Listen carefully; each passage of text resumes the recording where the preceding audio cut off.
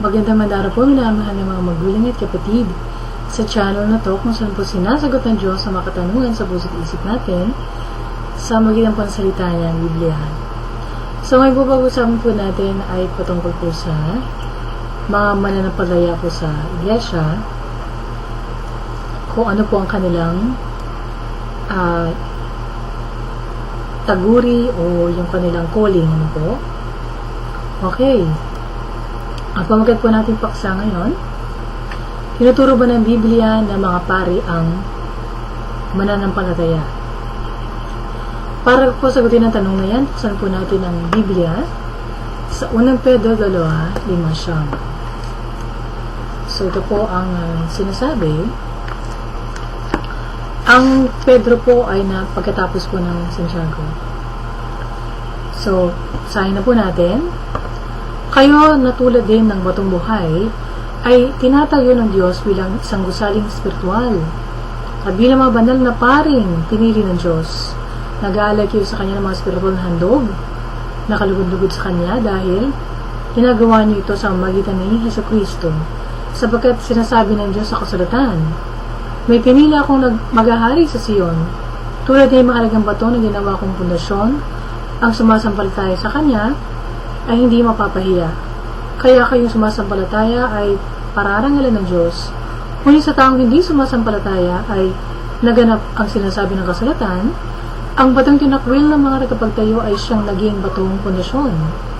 Ang batong ito ay naging katitisuran ng mga tao at nakakapagpadapa sa kanila. Natitisod sila dahil ayaw nilang sundin ang salita ng Diyos. Ito na rin ang tinalaga sa kanila. Ngunit kayo mga taong pinili, mga maharlikang pare, at mga taong sakop ng Diyos, pinili kayo ng Diyos na maging Kanya, upang ipahayag ninyo ang kahangahangan niyang magawa.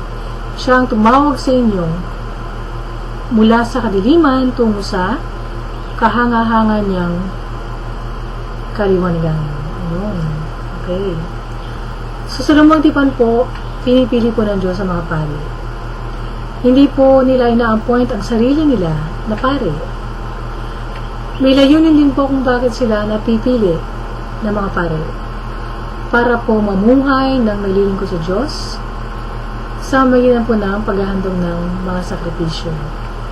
Larawan po ito o tipo ng paparating na ministeryo ng Jesucristo.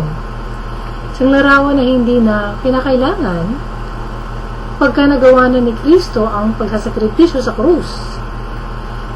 Dahil yung Kanya pong ginawa po na pagkapako nangyari sa Kanya, yun po ang ultimate sacrifice. Ano po? So yung mga paghahandog po ng mga hayop sa Old Testament, yun po yung mga simbolo po ng paparating. At yun po ang kordero ng Diyos, ang tupa ng Panginoon, ang Kanyang bugtong na anak na si Jesucristo. So, nung pong nahati po sa dalawa, ang makapal po na kurtina sa templo, nung pong namatay si Kristo, kung maalala po ninyo, pinakita ng Diyos na hindi na kailangan ang kaparian po ng lumang tipan. So, buksan po natin ang nakalagay naman po sa Mateo 27, talata 51. Okay, so tinan po natin, basahin natin nakasulat dito. Okay. 37.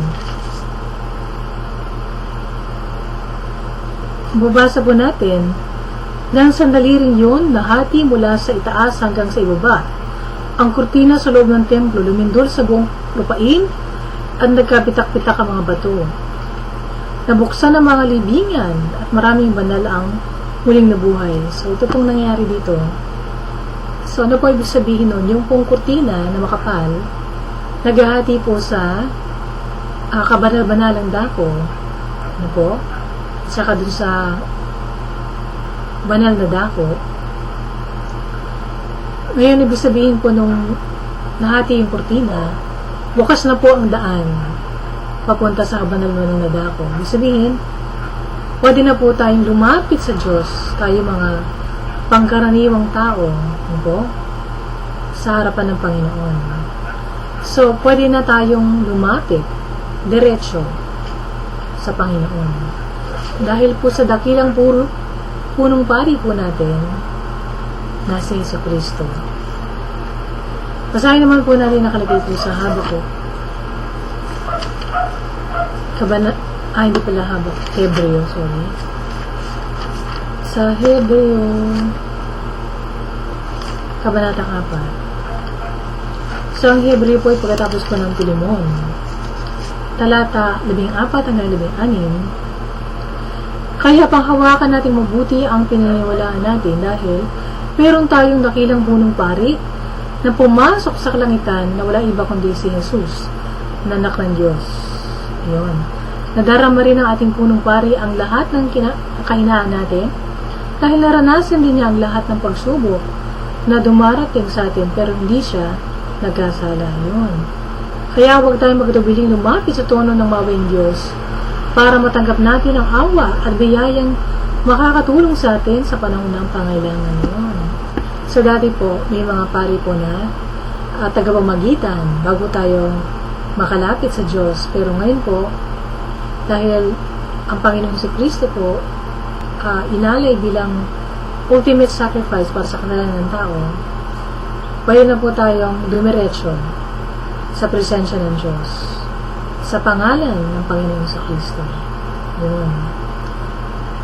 So, yun po ang ibig sabihin po ng mga naririnig yun ng mga dasal ng mga Kristiyano na palagi nagtatapos sa in Jesus' name dahil makakalapit lang tayo sa Diyos, Ama, sa magitan ng kanyang bugtong na anak. Kasi siya ang nag-aalis po ng kasalanan po ng mga tao. So ngayon po, sa panahon natin, wala na pong makalupa ng mga tagapamagitan sa Diyos at sa tao. Katulad po ng kaparian po sa mga tipan. So, inabolish na po ang Levitical priesthood. Ano po? Dahil nabayaran na po ang kasalanan, ang kaparusahan sa kasalanan. Ibig sabihin po, lahat po ng mga Kristiyano, kagaya ng nabasa natin kanina, ay malaya na pong dumulog sa presensya ng Diyos sa pangalan ni Jesus. Tayo pong lahat ay ginawang maharlikang pari, mga pinili ng Diyos, kasi yung banal na dugo ng Panginoong Jesucristo ang siyang naghuhugas po sa mga kasalanan po natin. So kung kayo po, hindi niyo po alam ang tungkol po sa plano na ito ng Diyos, na kung saan gusto niya po na makalapit tayo ng diretso sa Kanya. Na pwede po tayong lahat, bawat isa po sa atin, magkaroon ng personal na pagkakaugnayan. Ano po ang tawag doon? Personal na pagkikitisan sa Diyos. So, kailangan po natin gawin una, pagsisihan po lahat ng kasalanan natin. Iwaksi po natin, ano po, o 180 degrees turn. Talikuran na yung mga kasalanan natin at pasukin natin sa ating puso at buhay si Jesucristo. Hayaan natin na siya po ang maglinis sa buhay natin at kumontrol sa magitan ng kanyang banal na Espiritu. So ngayon po, ni-invite ko po kayo lahat na sumunod po sa panalangin ito ng pagsisisi at pagtatalaga ng buhay natin sa Diyos sa magitan ng kanyang anak. Sumunod po kayo sa panalangin ito. Lord God, maraming po salamat, Panginoon, sa narinig ko pong salita niyo na binibigyan niyo po ng kalayaan ng mga tao na dumiretso sa inyong presensya, Panginoon. Hindi na namin kailangan ng mga tao na tagmamagitan katulad noong panahon sa Old Testament, Panginoon. Dahil ang Panginoon Jesucristo po ay nabayaran ng lahat ng mga kasalanan namin. Panginoon, nagsisisi po ako sa lahat ng mga kasalanan ko. Patawarin niyo po ako, O Diyos, sa lahat po na aking mga pagsalangsang, sa aking mga karumihan, Panginoon. Linisin niyo po ako mula ulo ng talapakan ng banal na dugo ng inyong bugtong anak na si Jesucristo. At Panginoon Jesus, pumasok po kayo sa aking buhay. Kayo na po ang kumontrol, Panginoon, maghari sa aking buhay at maging aking Panginoon. Simula po sa araw to, O Diyos, ako po ay maglilingkod sa inyo sa pangalan ng iyong anak na si Jesus. At ako'y mabubuhay para sa iyo lamang, Panginoon sa Kristo, hanggang sa huling hininga. Puspusin niyo rin po ako ng banal na Espiritu, Panginoon, kung maintindihan ko po ang Biblia, may sa pamuhay ko sa araw-araw, Panginoon, at maging matagumpay ako sa lahat po ng mga tukso sa gulong ng Diablo. Thank you, O Lord God, sa kaligtasan po na aking kaluluwa, Panginoon, na pinagkakalob niyo po sa akin dahil kay Kristo Jesus. Salamat pang din, Panginoon, sa kapatawaran ng aking makasalanan at sa buhay ng walang hanggan, na regalo niyo po sa lahat po ng mga tumatanggap sa inyong buntong anak. Thank you, Lord God, sa pagmamahal niyo po sa akin na hindi niyo po ako pinabayaan, Panginoon, na manatili sa kasalanan, Panginoon, kung saan ako po'y makakaranas ng walang hanggang kaparusahan dahil dito. Thank you, Lord God, sa lahat po ng ginawa niyo para sa akin. At ngayong araw na po ako po'y isa ng mananampalataya kay Kristo Jesus. At pwede na po akong tumawag sa inyo ng diretsyo, Panginoon, sa pangalan ni Jesus. Hindi ko na po kailangan ng mga tao na mediator, Panginoon. Kundi ako mismo, Panginoon, pwedeng lumapit, dumulog sa inyong harapan, Panginoon. At kitisan po sa inyo. Thank you, Lord God, sa napakagandang plano niyo sa buhay ko. Ito aking dalangin sa matamis sa pangalan ni Jesus. Amen. So kung nalangin kayo niyan, magsaya kayo dahil yung kayo sa tuwa. Dahil napatawad na po ng Diyos ang lahat ng kasalanan niyo.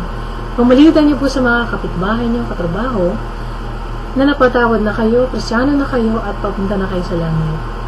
So para lumago po kayo sa pananampalataya, magbasa kayo ng Bible, simulan niyo po sa Gospel of John, para makilala niyo sa Kristo. Sumunod, maghanap kayo ng church. Na kung saan po pinapangaral, hindi po doktrina ng tao, prinsipyo ng mundo, tradisyon ng simbahan, kundi ang purong salita ng Diyos. Walang bawas, walang dagdag. Mula Genesis to Revelation, at ang mata po may kalayaan na magbasa ng Bible sa sarili nila, hindi sila binabawalan ng mga pastor at ministro nila. At sumunod mga kayo ng church na kung saan po ang tinataas isa lang, ang pangalan Panginoong Jesus, dahil siya lang po ang magdadala sa atin sa langit. At sumunod mga kayo ng church na kung saan po ang banal na spirit ang kumikir sa laginaan, nagpapagaling ng mga may sakit, tumutulong sa pagsamba, minabagong buhay ng bawat nananampalataya. Kung kayo po ay na-bless po ng programa natin, pagsabihin po niyo sa mga kilala niyo kapitbahay, yung may sagutan Diyos sa mga katanungan po natin sa buhay. Hindi naman natin kailangan mapasa dilim o kaya mapilitang malumang programa sa TV o kaya sa internet na kunyari sinasagot na tanong natin, pero pinapaikot lang tayo at gusto tayong dalhin sa panibagong sekta. Wala po sa sekta at relihiyon ng kaligtasan po ng tao kundi lang sa tamang relasyon sa Diyos sa magitan ng kanyang buntong anak na si Jesus. So kung meron kayong mga dagdag na feedback, suggestion, comment, sumulat po kayo sa akin ng mag-email o kaya mag-tweet kayo. At o kaya pa rin nyo rin sulit yung ba? Meron pong spasyo dyan. Kung saan pwede kayong sumulat. Ano po? So, ang nasusunod po na pagkita po natin dito po sa YouTube, sa Diyos po lahat ng papuri at pagpalain kayo ng ating mahal na Panginoon.